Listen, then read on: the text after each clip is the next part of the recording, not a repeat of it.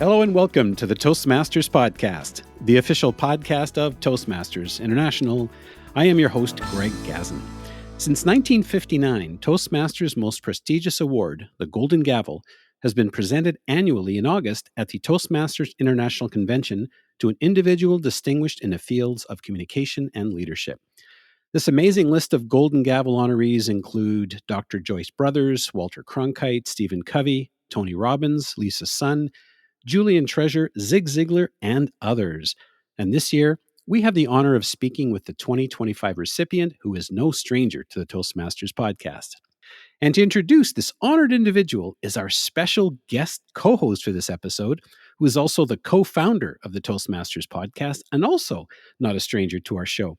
He is, of course, the amazing and illustrious Ryan Levesque. Ryan, it's great for you to be here today. Greg Gazin, so awesome to be back with you on the show. It's been a long time. And when you told me about this opportunity to come back and chat with, let's face it, my favorite guest of all time on this show, Matt Abrahams, it was, as I said, it was a no-brainer.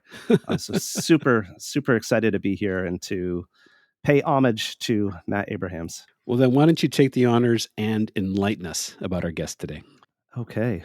Matt Abrahams is a lecturer in organizational behavior at the Stanford University Graduate School of Business, the author of 2 books on public speaking and communication, and the host of an internationally popular podcast, Think Fast, Talk Smart. Matt is also a highly sought-after keynote speaker and communications consultant and coach. He's helped numerous presenters prepare for high-stakes talks, including IPO roadshows, Nobel Prize award presentations, and appearances at TED and the World Economic Forum. Matt is featured in the May issue of the Toastmaster magazine in Paul Sturman's article called Tearing It Up, 2025 Golden Gavel Recipient Scores Successes on Stage, Online, and in the Classroom. Matt has appeared on Greg's other podcast, Toastcaster, 3 times, and he's the Toastmasters podcast most frequently invited guest. Greg, I'm sure you'll provide all the links in the show notes. Absolutely. And today, Matt is returning for his 6th appearance on the show. Matt Abrahams, welcome back to the Toastmasters podcast. Welcome. Well, Ryan and Greg, it is a thrill to be back with you. You know, on Saturday Night Live, they give a fancy jacket when it's your 5th appearance. I'm still waiting for something to show up in the mail. Come on, guys. We'll have to put the request into headquarters. All right. Work on that, Greg. But great to be with you, and thank you for the kind words. And I look forward to the conversation, as always. Likewise. So first of all, congratulations, Matt, Golden Gavel recipient. Amazing. I'd love to ask you, what went through your mind when you got the call? I was just honored. You know, it was very exciting. As you both well know, I am a huge supporter of Toastmasters. To be recognized as somebody who's added value to the field of communication and leadership touched me deeply. And I hope that it just gives an opportunity for me to continue to spread some of the words that I do to help people hone and develop their skills and really highlight how important that it is to work on those things. So for me, it was quite an honor, and I hope to parlay it into helping and reaching even more people. Wow. And of course, longtime listeners are familiar with Matt, but for those of you who are new to the Toastmasters podcast or Toastcaster, to get to know Matt just a little bit, I'd like to start off with a kick. Now, not going back to the womb, but literally start with a kick. So, Matt, if you could take us back to that high school speech contest and the infamous karate kick. Oh, you're so cruel. No. My last name is Abrahams, A.B. I always knew where I was going to sit in classes in school. Teachers, and I am a teacher, can be lazy sometimes, and we always order people alphabetically. And so I always knew where I sat, and I always knew I'd go first. And so the first day of freshman English class, Mr. Meredith was my teacher. Each of us had to stand up and explain, what did we do that summer? So I got up, and I don't even remember what that summer was. I was 14 at the time. And at the end of the class, he came up to me and he said, "You're good at this talking thing." Those were his words. "And I need you this Saturday to go to a speech and debate tournament." So every teacher, I later learned, had to send a student, and I was his student. And I think it really, when I meant a student, I think it was because my last name was A. And he sent me, I said, "What am I going to speak on?" He said, "Something you're passionate about." And so I was then, and I still am, into the martial arts. So I prepared a speech on karate. So I show up at 7:30 a.m. on a cold, foggy morning to a high school gym where the speeches were going on. I show up, some of my friends are there, the parents of my friends who were forced into judging this thing are there, and the girl I liked is there. And it's my turn to speak, and I was so nervous, so nervous. I forgot to put on my special karate pants, so you can see where this is going. The only other advice Mr. Meredith gave me is he said, start with something that really stands out. So I thought, great, I got this in the bag. I'm talking about karate. So I start the first 10 seconds of my 10-minute speech on karate with a karate kick. But because I had the wrong pants on, I literally ripped my pants from zipper to belt buckle in that first 10 seconds. I was mortified, as were, I mean, believe me, talk about an attention getter. I got everybody's attention because it was loud. It was loud. And there was a pause there for a moment. Luckily, the teacher that was somehow drew the short straw and had to be there with all of us, she threw me her fluorescent pink sweater. I wrapped it around my waist. I finished the presentation. I did really well on that, mostly I think out of sympathy than anything else. And it was in that moment that my interest in anxiety and its influence on communication really took hold. And I really think that that's what put me on the course to be fascinated by communication and to do research into anxiety management and the other things that I've done. But that was a pretty traumatic moment. And as a coach and as a teacher, I can honestly say to most people I work with, you will never be more embarrassed than I was. So, on that note, as a teachable moment, what Yes. did that moment teach you about recovering from, let's say, the unexpected? Well, so it taught me to always have your karate pants with you whenever you do something on karate. But what it reminded me, and even when I tell the story, I can still feel my heart start beating.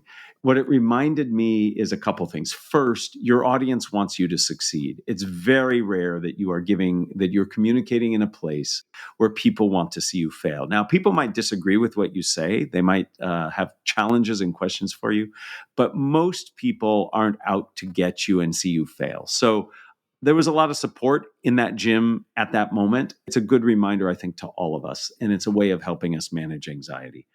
The other thing that really helped me, and this I actually attribute to my martial arts training, is I took a really deep breath and I got really present in that moment. And that helped me get through it, because you can imagine the many, many things that could have popped into my head about myself being stupid and unprepared and how could I do this? And this is going to be, thank goodness this was in the world before phones existed as they do today.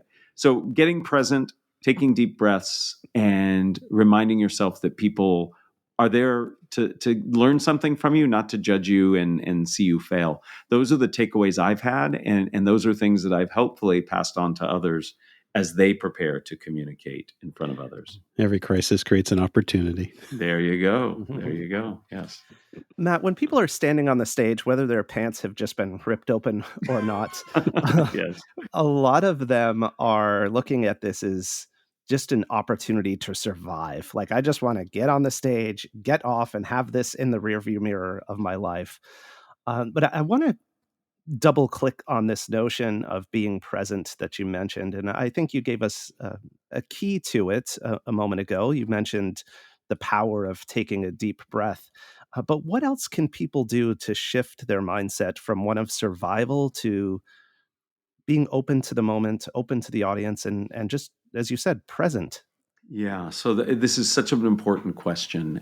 Communication happens in the moment. And in fact, the word communication comes from the root to make common. If you think about it, commonality is through connection. I have to be present. I have to respond to what's happening so I can really connect with you and make this, whatever I'm saying, common.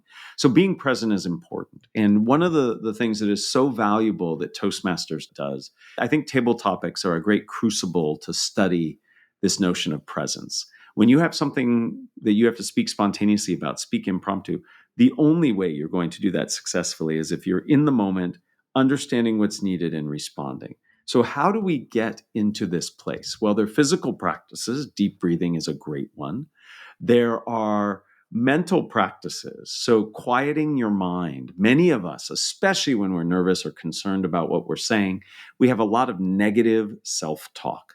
And if we can replace that with some kind of mantra or positive affirmation, and it doesn't need to be over the top, like I'm going to be the best speaker ever. It can be very simple. The one that I use to help quiet my mind is I just say, I have value to bring. When I am communicating as a teacher, as a consultant, as a podcast guest, like I am now, people have invited me or chosen to listen to me. And I have to remind myself that people are listening because they think there's some value I have to bring. And that's an opportunity for me. And when I say that, it calms me down, puts me more present. But I'll tell you something I do, and I did it right before I got on to record with both of you. I like to say tongue twisters to help me get present oriented.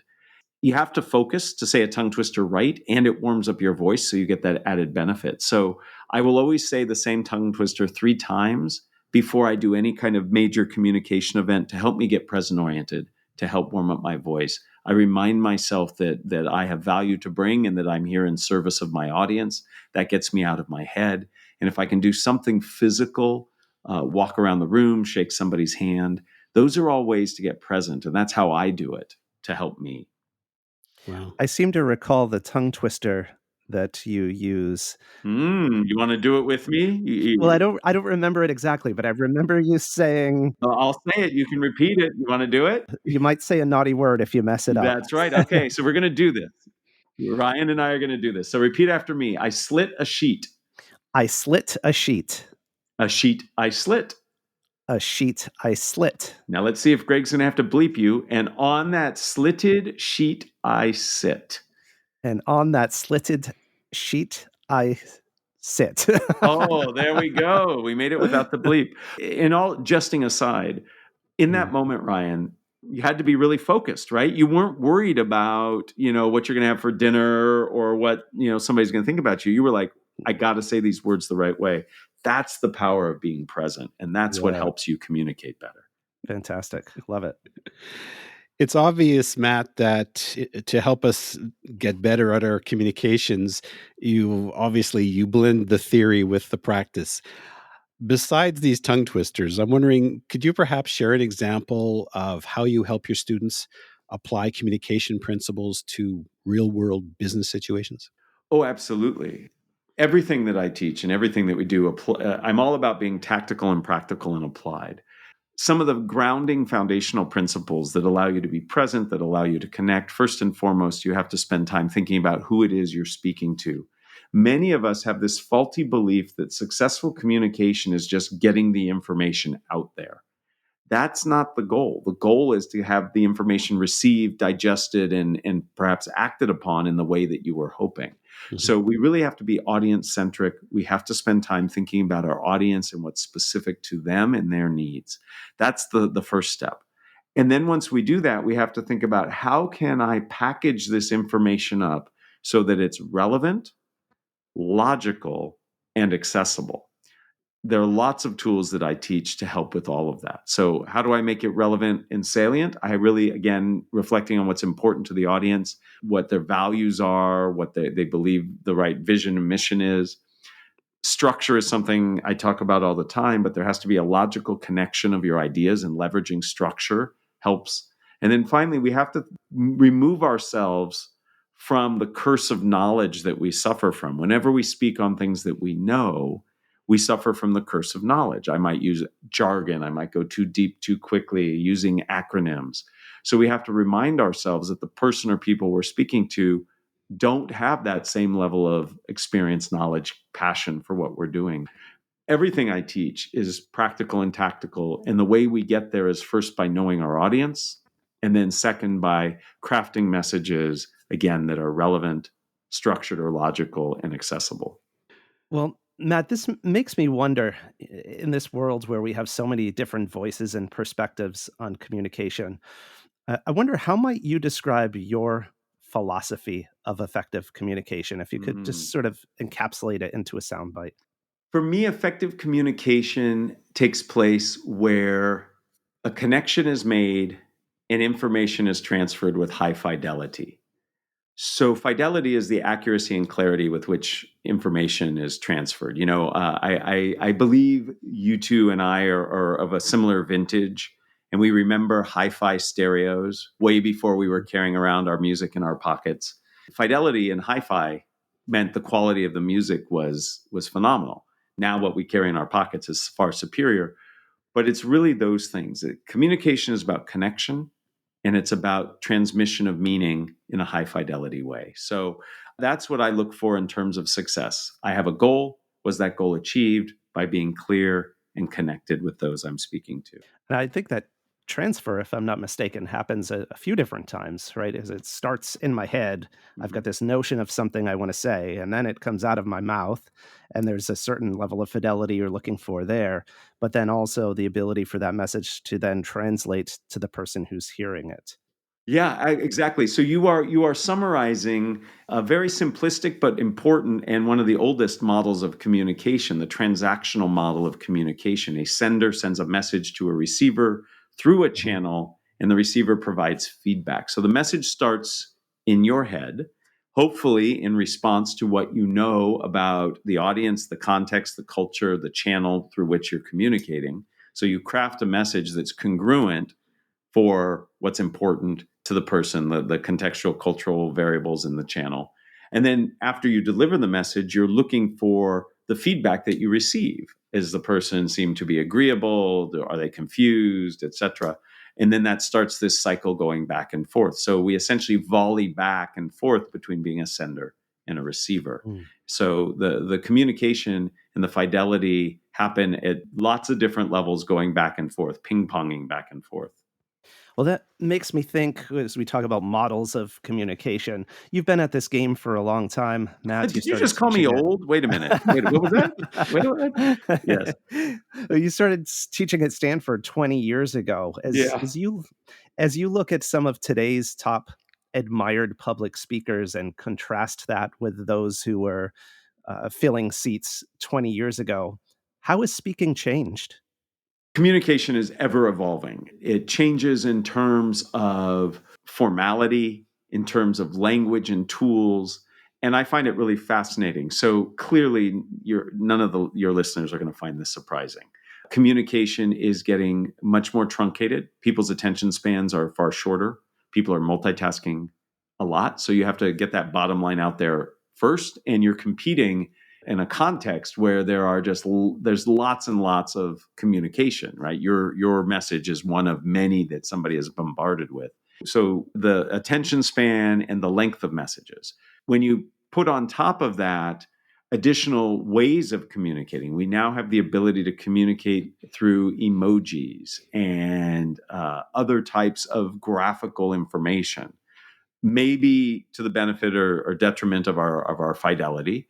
And then obviously tools, right? We're communicating through our phones, through our screens in ways that we weren't able to. What I'm noticing in my students is, for example, I need to, in a given lesson, change things up more frequently. I need to include more physical activity to get people to focus more. Is this a good thing or a bad thing? I don't know. It's different. My students are able to communicate very well, but the expectations are different. And where we see this as a challenge is in the workplace. In any given workplace, you can have 4 or 5 different generations, and people have different expectations. I was just working with a coaching client of mine who was lamenting in a frustrated way that he has to say to his much younger colleagues, just pick up the phone and call me, because they're trying to solve all of these things through Slack or text, and he's not comfortable with that, and he knows that from his perspective that he can resolve this with a quick call. So we see these tensions of the evolution of communication playing out in the workplace today. I, for one, find it interesting and intriguing. Others find it very frustrating. I've had someone apologize to me for making a phone call because there was too much back and forth communication by email. They said, "I hope you don't mind that I called you." And I'm thinking, I was just about to call you because I'm old school. So Yeah. I believe in actually picking up the phone and having an analog conversation. Yeah, well, let me tell you something that was shocking to me. So my latest book, Think Faster, Talk Smarter, has been translated into 13 languages. And I was doing an interview for the Korean version with an American podcast interviewer in Korea. And she told me that they have started at the college level a class in Korea that teaches kids how to make phone calls because they don't know how. They don't use their phones for that. I was flabbergasted, but I can actually see how that would happen. But yeah, it's a different world, Greg, than the one you and I grew up in. We've come full circle. Yeah, I think so. I think so. And now it's like an act of aggression if you call someone without texting them to warn them first, I hear. Oh, I know. I know. I called my younger son on his phone and he yelled at me for calling. He's like, "What are you doing?" I said, "I'm calling you." He said, "No, this is for texting." I'm like, "Okay, no, it's not." But yeah. Well, you could say it's better to communicate via voice when we're in the vehicle. Yeah, well, that's true. Yeah, we can't text in the vehicle. Well, again, we're talking about getting better at communication. And of course, that bridges nicely into a little chat about Toastmasters. Mhm. Matt, you are a member of the Feeling Chatty Toastmasters Club at the Google headquarters. That was in Mountain View, California for 4 years. You being an accomplished speaker for many years, what was it that brought you to Toastmasters for the first time? And what was one thing that you took away from it? Well, I took away many things. I am a big believer that the only way to improve communication, much like any other skill, is three things: repetition, reflection, and feedback. Repetition, reflection, and feedback. Toastmasters provides many, many things, but one of the opportunities it provides is an opportunity to practice repetition. And that's what I was looking for at that point in my career. I was trying to hone and develop my skills, and I needed a place of like minded individuals who were focused on improving communication, who would be kind enough to give me the feedback I needed to improve. So I was motivated out of my own personal development, but I knew I could get good quality feedback and the reps that I needed. Toastmasters also encourages, in some ways, mandates reflection. All three of those ingredients I was able to get through being a Toastmaster. Now, in terms of what did I take away besides friendships and a sense of common purpose, I learned very specific skills around how to start, how to stop. One of the skills that I still teach to this day and attribute to Toastmasters is that you always maintain the stage. If you're transitioning, maybe introducing somebody or team presenting, the stage is never empty. There's always somebody there. I learned that lesson at Toastmasters. I share that all the time with attribution to Toastmasters. I took a lot of very tactical ideas, but also just a sense of purpose and knowing that there are others out there like me who want to hone and develop their communication. It was a lovely group, really great, smart, challenging group. And I learned a lot from them. Awesome. Talking about other ways that you have sort of brought your work to the world. 5 years ago, you started the first podcast for the Stanford School of Business. You mentioned it a moment ago. And as Simon Sinek would say, start with why. I'm curious, what was your why? Why did you decide to embrace podcasting as another way to share your work? And what did you want to accomplish with the podcast? Thank you for asking. Think Fast, Talk Smart is over 5 years old. It was really an experiment. It was an experiment that the business school wanted to run. They'd never done a formal podcast. They had taken some lectures and essentially edited them and called it a podcast, but it was really an edited lecture. And I had given a talk for them, and there's a long story behind that talk, but it was a talk on effective communication in spontaneous moments. It somehow got into the Google YouTube algorithm and ended up doing very, very well. And so they knew that there was an appetite for communication topics. So when they wanted to explore that, they thought, okay, we know this topic is interesting. We're doing something uncharted. It's going to be a little nerve-wracking. Let's go to the guy who teaches people how to be calm when they're communicating and ask if he'll do it. They came to me and asked, and I thought, wow, this is a great medium to talk about communication. While I've written books and I enjoy writing books and I think people should read books, books can only take you so far when it comes to communication. You have to actually communicate to get better at communicating. And I thought podcasting is a really interesting way to model communication, to engage in communication. So I jumped right in and we ran it as an experiment. The first episode rolled out January 2020. 6 weeks later, the world shut down due to COVID. And people were really struggling with, how do I communicate in this new world? So we were affiliated with a well-known institution with content related to an immediate pain point people were having. And so people began to listen, and we began to build an audience based out of people's curiosity and necessity. And from there, we're releasing our 200th episode at the end of April, and moving forward. So it's been quite a journey, but it's been a lot of fun. Yeah, that's awesome. I'm certainly a regular listener, and I learn so much from the podcast. In fact, a lot of podcasts I listen to at 1.25 or 1.5 speed. I have to listen to your podcast at 1x because I need to absorb absolutely everything that's being said. In fact, your podcast has become so popular that last year it won a Webby Award for the best individual business podcast. Yeah, thank you. Now, there are thousands of podcasts out there, thousands of podcast episodes, probably even millions, I guess. You interviewed author and CEO Coach Kim Scott on the power of feedback and radical candor. I'm just curious, out of all of your episodes, and again, the thousands of others out there, why do you think that one was the one that was selected?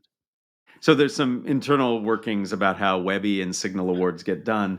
One, Kim's concept about feedback is she articulates it well. She has a very clear model and approach. Feedback is something many of us struggle with. And so I think people resonate with the topic. Kim and I also know each other. We're friends, we're neighbors, we go on walks together. So I think we had some rapport. So I think we had a lot of things going for us in that episode. It was a crucial topic that people struggle with. Kim is incredibly articulate and has a really good structure model for it that people can grasp. And she's great at marketing. The notion of radical candor, I think, is just a great way of packaging that. And there's some rapport that she and I have that I think we three have some rapport, but sometimes these podcasts, you don't feel that. So I think those are the three reasons, quite candidly, why that episode was chosen and did well by the Webbies, but also by people. It's a very popular episode. And I'll drop a link in the show notes to that episode. Thank you.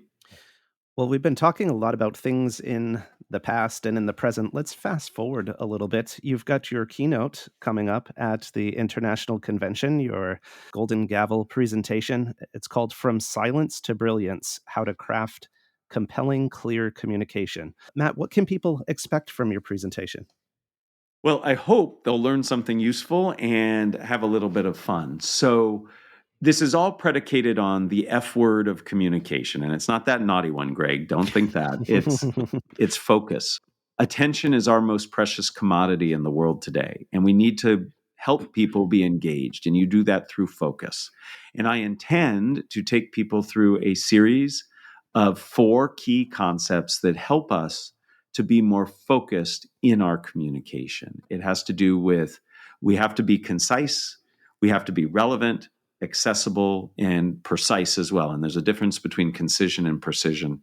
I walk people through very specific practical and tactical steps they can take to make their messages focused and engaging. And if you do that, they'll learn more, they'll take more value from what you're saying, and you will feel as if you're delivering something of meaning and consequence. So it's a talk I'm very excited to give.